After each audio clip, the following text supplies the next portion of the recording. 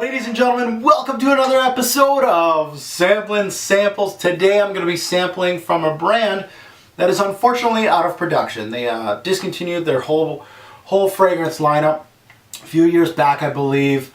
I'm 99% sure of this. This brand is out of production. You can correct me if I'm wrong, but I'm pretty sure they're out of production. This brand called Nez à Nez, which means nose to nose.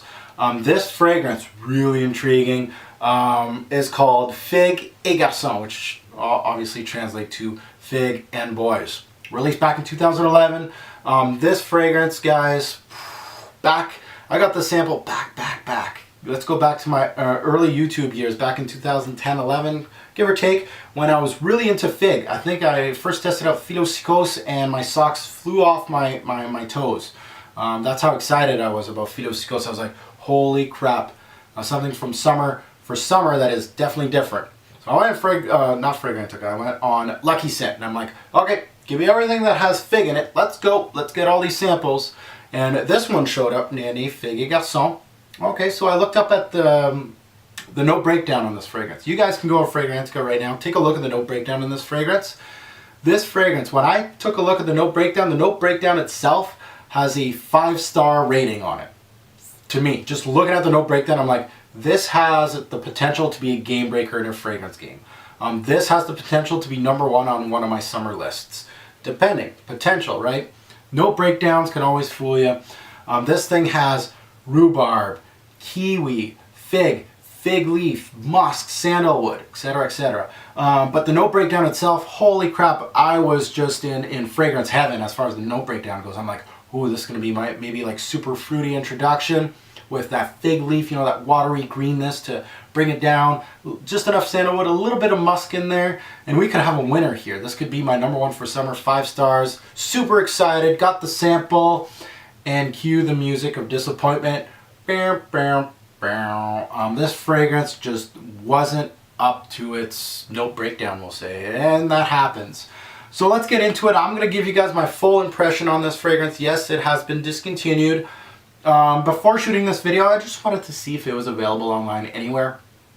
I had a really hard time finding it, except Beauty Encounter has it. This is no plug for Beauty Encounter. I don't plug websites, but Beauty Encounter actually has this in their discontinued section for $165 for a bottle of this. So anybody that's watching this video and is interested in getting Figues et Garcons, go see them and see if they have it in stock. So the big notes in this fragrance: kiwi, fig leaf, musk, and sandalwood. My impression. So I was disappointed. I'm going to let you guys know why. So first of all, the introduction. The introduction, not bad. I got a fruity, leafy, green, watery fig-based fragrance, which I was like, okay, this is really, really good. It wasn't as in-depth as a lot of fig-based fragrance. Like, it didn't put the spotlight on the fig that much. It was really, really more of a fruity base than anything. I believe the kiwi and rhubarb in this gave it that kind of like fruity vibe. I don't want to say tropical, but it almost brought out a tropical like vibe to the fragrance itself, but it's definitely fruity. The kiwi and rhubarb, not really authentic, you know, you couldn't really pinpoint either one. It was just a stereotypical fruity introduction. Now this introduction is quite different from other fig-based fragrances that I've smelt in the past. Most of them kind of give you that fig up front center, spotlight on the fig, go. And that makes me happy. I haven't really met a fig-based fragrance that I really hated, except for this one. This one was really close, not as hated, but it was more like a disappointment than anything. So I like when companies do something a little different, especially with a note like fig, which is very much seldomly used in our fragrance game. So I really wanted to give this one a chance. Once I got into the dry down of the fragrance, this fragrance started disappointing even more. The fragrance did go a little soapy on me. I was like, I don't know about this. It really caught me off guard because none of these notes really are soapy notes. I believe it's actually probably like a white musk that brought that soapiness up to the front. It also had a little bit of faint wood in it. Of course, that's sandalwood in the background. Not too much. Very faint. The dry down in this fragrance was actually very faint. It wasn't really giving me much. The figs in this scent, very much a supporting act.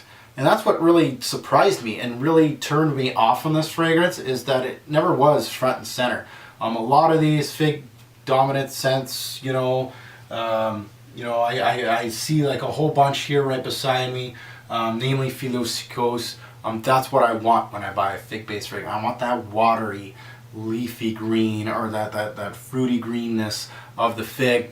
Never came up, not dominant, more of a supporting act in this fragrance. Very soft, still well done, but very disappointing. So it's not going to get like a 1-star out of me, but it's not even close to what I thought it was going to be.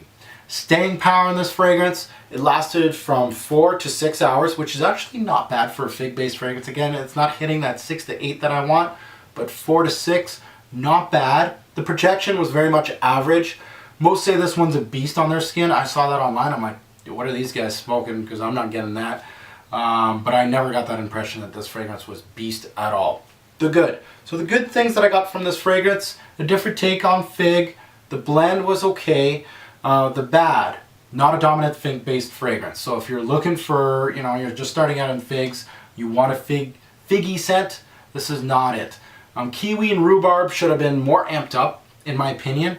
If you gave me those notes, I'd love to blend it together and make the scent that I wanted this to be, unfortunately. So all these exciting notes were really just things that just went burr, burr, burr. Not very good, disappointing. My final take on this scent. The scent is good, but I'd rather have your stereotypical fig like Figues. The kiwi and rhubarb notes are very, very interesting, but they aren't that prominent in this fragrance. And those two notes had me super excited to try this fragrance, but really didn't come up to bat, we'll say. This could have been a rock star for summer, definitely. With the note breakdown, I was like, this is the next one, this is the next one, I can't wait. I want to smell this. Hopefully it's got that potential to be #1 on my list. It fell short, real short. It fell off the radar, basically. That's how short it fell off. I really just can't emphasize how disappointed I was in this fragrance. With a note breakdown like that, this shouldn't happen. And that goes to my final star rating. 1 star being trash can, bloop. And then 5 star being rock star, swish. I'm going to give this fragrance a 3-star rating. It's okay, it's average. For a fig-based fragrance, total disappointment. Go somewhere else. There's so many good fig-dominant based fragrances that this one's not even worth seeking out. So guys, let me know in the comments below what you think about this fragrance. Am I right? Am I wrong? Have you smelt it? Are you interested in this fragrance? All that good stuff in the comments. Thanks for watching, YouTube. Have a good one.